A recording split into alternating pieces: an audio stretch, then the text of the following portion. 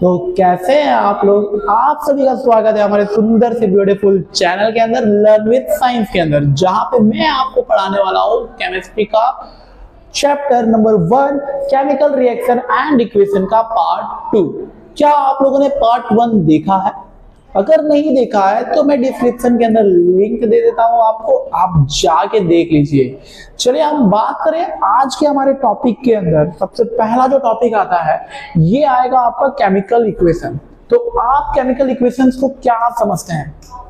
ठीक है, जो भी आपका केमिकल इक्वेशन होता है उसे हम क्या कहेंगे? देखिए, what is chemical equation? So a chemical equation is a symbolic way of representing a chemical reaction. तो आपका केमिकल इक्वेशन क्या है? एक सिंबॉलिक रिप्रेजेंटेशन ऑफ एलिमेंट है। जैसे कि आपको पता है कि कार्बन, हमने क्लास 9 के अंदर पढ़ा था कि कार्बन को हम रिप्रेजेंट कैसे करते हैं, कैपिटल सी से।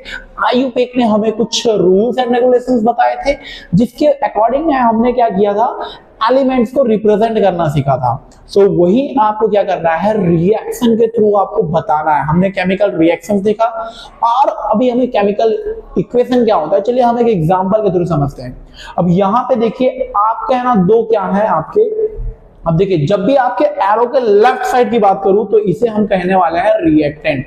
इसे हम क्या कहने वाले हैं, रिएक्टेंट। और जब भी हम आरएचएस की बात करें जो एरो के राइट साइड में होता है, इसे हम क्या कहने वाले हैं, प्रोडक्ट। अब देखिए ये रिएक्टेंट क्या होता है। रिएक्टेंट जैसे कि मान लीजिए आपको है ना मम्मी ने कहा कि बेटा जाओ चाय बना के लेके आओ, तो आप क्या करेंगे? सबसे पहले आप मम्मी से पूछेंगे कि मम्मी चाय पत्ती का है, शुगर का है, दूध का है। ठीक है, आपको जो जो चीजें नीड है, ठीक है, जब आप इन सभी चीजों को जब आप कंबाइन करेंगे, मतलब आप जब बनाएंगे इनको सभी चीजों को मिक्स करके, तो आपको प्रोडक्ट क्या मिलने वाला है, चाय मिलने वाला है ना। तो आपका यही है, रिएक्टेंट वो चीजें हैं ना, जो चीजें क्या होते हैं हम कंबाइन करते हैं, और प्रोडक्ट वो चीजें हैं जो आपका फाइनल प्रोडक्ट रहता है, जो मिलता है आपको। तो यहाँ पे H2 और O2 दोनों कंबाइन होते हैं और क्या मिलता है आपको, H2O। ठीक है, क्लियर है इतना? सो हम एरो के लेफ्ट साइड वालों को क्या कहेंगे, रिएक्टेंट, और एरो के राइट साइड वालों को क्या कहेंगे, प्रोडक्ट। क्या इतना क्लियर है? यही बातें यहीं पे लिखी गई है कि रिएक्टेंट क्या होता है, the substance that take parts in the reaction. कहां पे लेगा ये, एलएचएस में लेगा। नेक्स्ट अगर हम बात करें व्हाट इज प्रोडक्ट, तो the new substance form RHS, उसे हम क्या कहेंगे, प्रोडक्ट कहेंगे। क्या इतना क्लियर है? हम आगे बढ़े, चलिए हम आगे बढ़ते हैं। नेक्स्ट टॉपिक है हमारा व्हाट इज केमिकल बैलेंसिंग। हमें सबसे पहले बैलेंसिंग, केमिकल बैलेंसिंग को समझना पड़ेगा। इस साल गुजरात बोर्ड के अंदर, अगर आप एक गुजरात बोर्ड के स्टूडेंट हैं तो इस साल है ना गुजरात बोर्ड के पेपर के अंदर आप लोगों का सेक्शन सी के अंदर 3 मार्क्स का बैलेंसिंग आया था। ठीक है, सो ये बहुत ज्यादा इंपॉर्टेंट हो जाता है। चलिए हम समझते हैं केमिकल बैलेंसिंग होता क्या है। सो chemical balancing is the process of making the number of atoms of each elements equal on both the reactant side and the product side of a chemical reaction. ये क्या कह रहा है? केमिकल बैलेंसिंग आपको है ना एक हमने क्लास 9 के अंदर लॉ ऑफ कंजर्वेशन ऑफ मास पढ़ा था। क्या आप लोगों को ये लॉ याद है? नहीं याद होगा तो मैं आपको बताता हूं, क्योंकि जाहिर सी बात है वो 1 साल हो गए होंगे उस बात को। चलिए मैं आपको बताता हूं कि law of conservation of mass क्या होता है। Law of conservation of mass आपको ये कहता है कि mass can not be created nor be destroyed.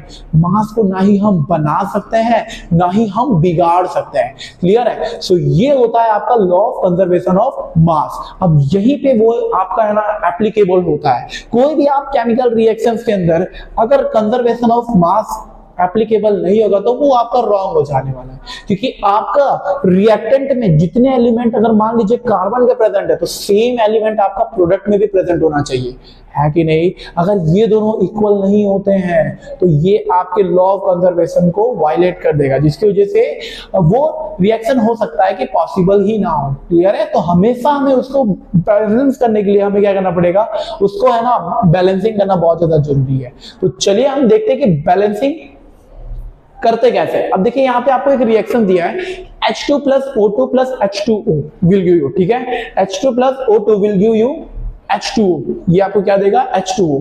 अब यहाँ पे अगर आप देख पा रहे हैं LHS के अंदर H कितना दिया है आपको, 2 दिया है।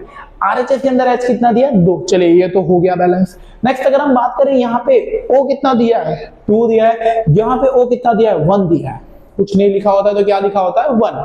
तो अब इसे हम बैलेंस करना पड़ेगा कि नहीं करना पड़ेगा, क्योंकि LHS में 2 है RHS में 1 है, तो इसे हम बैलेंस कैसे करेंगे। देखिए मैं सबसे इजी मेथड आपको बताता हूं कि आपको सबसे पहले यहाँ पे लेट करना है कि ये A है, ये B है, ये C है, क्या इतना क्लियर है। अब अगर हम बात करें 4H, हम किसकी बात करेंगे 4H, तो आपको देखना है कि यहाँ पे LHS में H कितना प्रेजेंट है, तो 2 प्रेजेंट है, ठीक है। कौन से जगह पे, तो यहाँ पे हम लिखेंगे A is equal to RHS में कितना H प्रेजेंट है, तो 2। अब यहाँ पे कौन सा साइन है आपका C, तो यहाँ पे हम क्या लिखेंगे 2C, क्लियर है। अगर हम बात करें सेम चीज 4, हम क्या लिखेंगे O लिखेंगे। अब देखिए यहाँ पे O कितना प्रेजेंट है आपका 2, तो यहाँ पे मैं क्या लिखूंगा 2B। अब देखिए अगर आप RHS में देख पा रहे हैं तो C, O कितना प्रेजेंट है आपका 1, तो मैं यहाँ पे क्या लिखूंगा C। क्या इतना क्लियर है, क्या आपको ये इक्वेशन बनाने आया, ठीक है। अगर आप ये इक्वेशन बना पा रहे हैं, देखिए अब नेक्स्ट हमें क्या करना है, नेक्स्ट हमें लेट करना है कि अब देखिए लेट किसे करेंगे आप, लेट हमेशा आपको वो नंबर को करना है जो है ना ज्यादा से ज्यादा बार रिपीट हो रहा हो, ठीक है। तो देखिए यहाँ पे C 2 बार रिपीट हो रहा है, यस और नो, या तो आप C को ले लीजिए या तो A को ले लीजिए। अगर A को लेंगे तो भी आपका क्या आ जाएगा, वैल्यू C का आ जाएगा, अगर आप है ना C को लेंगे तो भी वैल्यू आ जाएगा। अब अगर हम बात करते हैं, अगर मैं वैल्यू C का लेता हूं 1, let C is equal to क्या आ जाएगा 1, तो देखिए होगा क्या यहाँ पे 2A is equal to 2C, 2A is equal to 2 1, A is equal to क्या हो जाने वाला है आपका 1, A इज इक्वल टू क्या हो गया आपका 1, क्लियर है। अब अगर A इज इक्वल टू 1 है, C इज इक्वल टू 1 है, तो आपका B कितना हो जाने वाला है, अब देख पा रहे हैं आप, तो मैं यहाँ पे क्या करूंगा B 2B is equal to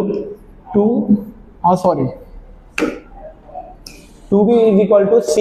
अब यहाँ पे मैं C इज इक्वल टू क्या रखूंगा 1 रखूंगा, तो यहाँ पे मेरा B क्या आ जाएगा 1/2। और कभी भी आपको बैलेंसिंग के अंदर अगर 1/2 के फॉर्म में है तो ये बैलेंसिंग आपकी गलत हो जाएगी। इसका मतलब हमने जो लेट किया था उससे हमें क्या करना पड़ेगा, अब चेंज करना पड़ेगा। क्यों चेंज करना पड़ेगा, क्योंकि यहाँ पे हमारा कौन सा फॉर्म में आ गया फ्रैक्शन में। अब देखिए उसके लिए हमें क्या करना पड़ेगा, ये आपको है ना, अब देखिए इसे हम मिटाएंगे फिर से, क्योंकि अब हमें C इज इक्वल टू 1 रखा, तो यहाँ पे कौन सा फॉर्म में आपका फ्रैक्शन के फॉर्म में। अब देखिए नेक्स्ट अगर हम बात करें तो हमें कौन से फॉर्म में रखना है, यहाँ पे देखिए अब हम यहाँ पे क्या करेंगे, let C is equal to क्या रखेंगे 2। अब देखिए इक्वेशन आपका सेम रहेगा, तो यहाँ पे आपका A का वैल्यू कितना आ जाएगा 2A is equal to 2, C के जगह पे हम क्या रखेंगे 2, यहाँ पे आपका वैल्यू आ जाएगा A इज इक्वल टू कितना आ जाएगा आपका 2 आ जाएगा, A इज इक्वल टू क्या आ गया आपका 2। अब A इज इक्वल टू 2 आ गया, तो सेम चीज आपको अब C के किसके अंदर पुट करना है, आपको सेकंड वाले इक्वेशन। देखिए 2B इज इक्वल टू क्या दिया है आपको C दिया है। अब यहाँ पे हमने C को क्या लेट किया था 2, तो क्या मैं यहाँ पे C की जगह पे 2 रख दूं, तो हमारा B का वैल्यू कितना आ जाएगा 1। सो B इज इक्वल टू क्या आ गया आपका 1। बस अब जो वैल्यू आया है बस उस वैल्यू को आपको क्या करना है, यहाँ पे ABC जो हमने लेट किया था वहां पे पुट कर देना है। देखिए अगर हम बात करें H2 की जगह पे हमने A लेट किया था, तो A की वैल्यू क्या आई आपकी 2i, A की वैल्यू क्या आई आपकी 2i।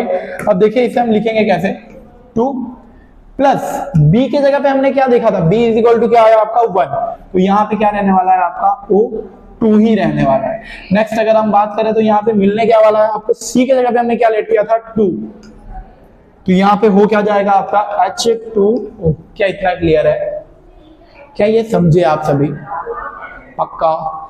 चलिए अब नेक्स्ट आपको मैं है ना, नेक्स्ट आपको एक ट्राई करना है, ठीक है। चलिए ये वाला ट्राई कीजिए आप सभी, उसके बाद मैं आपको बताता हूं, ठीक है। चलिए ये भी मैं एक क्वेश्चन ट्राई करके आपको बताता हूँ कि कैसे करना है एक बार फिर से, कि अब यहाँ पे Na कितना है 1 है, यहाँ पे Na कितना है 1, यहाँ पे H कितना है आपका 2, यहाँ पे कितना है 2। चलिए यहाँ पे O कितना है 1, यहाँ पे O कितना है 1, यहाँ पे H 2 है, बट यहाँ पे देख रहे हैं आप 3 है, तो हम कैसे करेंगे। अब देखिए यहाँ पे हम लिखेंगे 4Na। अब देखिए Na यहाँ पे कितना है, यहाँ पे हमें क्या लिखना पड़ेगा ABCD, ये 4 हमने इक्वेशन लेट किया। अब देखिए यहाँ पे करना क्या है, Na की जगह पे आप क्या लिखेंगे A, क्योंकि यहाँ पे 1 प्रेजेंट है, इक्वल टू यहाँ पे कितना प्रेजेंट है 1, तो हमने A is equal to C लिख दिया। हम बात करेंगे फॉर H। H यहाँ पे कितना है तो 2 प्रेजेंट है। यहाँ पे बात करें तो C प्लस क्या प्रेजेंट है आपका 2D। क्या इतना क्लियर है? इसके बाद आपको क्या लिखना है फर्दर, हम लिखेंगे यहाँ पे नेक्स्ट फॉर O। O के लिए हम क्या लिखेंगे यहाँ पे? O के लिए हम लिखेंगे यहाँ पे, देखिए यहाँ पे O के लिए हम लिखेंगे यहाँ पे B इज इक्वल टू क्या लिखेंगे हम C। ओके, सो यहाँ पे O 1 है, यहाँ पे भी O क्या है आपका 1। अब देखिए ये 3 इक्वेशन अगर आपने बना दिया, अब हमें यहाँ पे लेट करना पड़ेगा। तो देखिए मैं लेट करता हूँ पहले, लेट क्या लेट करूं मैं? देखिए यहाँ पे C 2 बार आ रहा है तो हम C को ही लेट करेंगे। C इज इक्वल टू क्या लिख दिया हम 1 लिख दिए। तो देखिए यहाँ पे A की वैल्यू क्या आ गई आपकी 1 आ गई, B की भी वैल्यू क्या आ गई आपकी 1। क्या ये तीनों वैल्यू को मैं यहाँ पे पुट कर दूं? हाँ देखिए एक बार 2B इज इक्वल टू हम तीसरे इक्वेशन में रख देंगे। तो यहाँ पे हमारा वैल्यू क्या आ जाएगा 2, B की जगह पे 1, C की जगह पे हम क्या रख देंगे 1 प्लस 2D। हमें D की वैल्यू फाइंड करनी है, तो यहाँ पे क्या आ जाएगा 2 माइनस 1 2D। क्या ये फ्रैक्शन के फॉर्म में आ रहा है? क्या ये फ्रैक्शन के फॉर्म में आ रहा है? हाँ। तो क्या ये हमारा आंसर गलत होगा? हाँ। इसका मतलब हमें फिर से है ना लेट में क्या करना पड़ेगा? चेंजेस करना पड़ेगा। तो लेट में हम क्या चेंजेस करेंगे? अब हम लेट में हम ना क्या लिखेंगे? C इज इक्वल टू 2 लिखेंगे। क्या लिखेंगे? Let C is equal to 2। अब देखिए यहाँ पे हम क्या लिखेंगे? Let C is equal to 2। हमने यहाँ पे क्या लिया है? Let C is equal to 2। अब देखिए C इज इक्वल टू 2 लिया है तो A इज इक्वल टू भी क्या हो जाएगा 2 और B इज इक्वल टू भी क्या हो जाएगा आपका 2। अब देखिए, अब रख के देखिए आप इस इक्वेशन के अंदर, तो यहाँ पे क्या आ जाएगा आपका 2, C की जगह पे हमें क्या रखना है 2 प्लस हमें यहाँ पे लास्ट वाले में क्या रखना है 2D की हमें वैल्यू फाइंड करनी है। तो यहाँ पे आ जाएगा 4 minus 2 2D 2। So D is equal to क्या हो जाएगा आपका 2/2। Answer is 1।